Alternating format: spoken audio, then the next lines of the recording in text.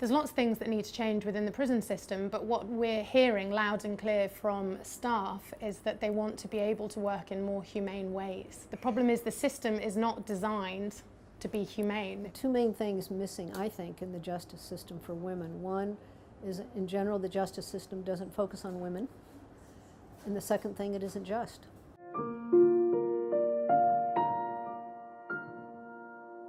My name's Edwina Grovesnor. I'm a prison philanthropist and I'm the founder of One Small Thing. My first experience of prison was actually Central Jail in Kathmandu in Nepal. I was 18 years old and I was working in the prisons in order to release innocent children from prison who were serving time alongside their parents.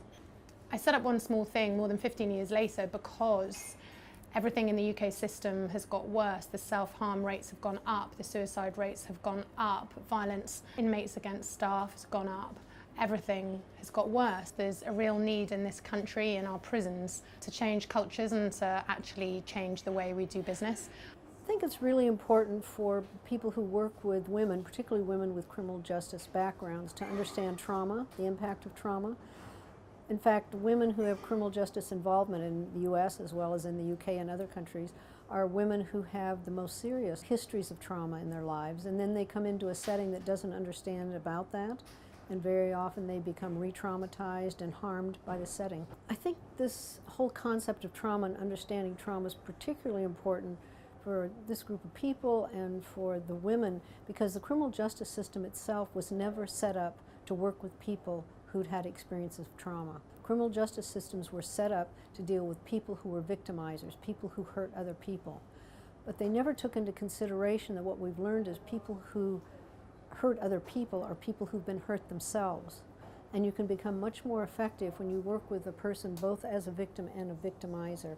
So it's a way to make the services more humane, but also to make them more effective. So I first met Stephanie when she was in the UK doing training. We set up something called the Women at Risk Coalition. After I saw her training and after I got involved, I was like, wow, this is amazing. I then went over to the US, to California for a month with my family, and I thought, well, that's a great opportunity to spend some time with her, to get under the skin of what she does, to go into some of the women's prisons. You know, in California, the women's prisons are huge. And what I saw just blew me away. It was a complete no-brainer. On the one hand, the staff were learning things, and on the other hand, the residents were learning things in order to create a sort of culture that worked, that made everyone's lives safer and made life inside the prison more tolerable. Plus, the prisons over there are so enormous and our prisons are much smaller in comparison. We only have 12 women's prisons in this whole country. We'll have about 400 to 500 women max in one prison. They'll have about 2,000. So if it can work over there, we can do this over here.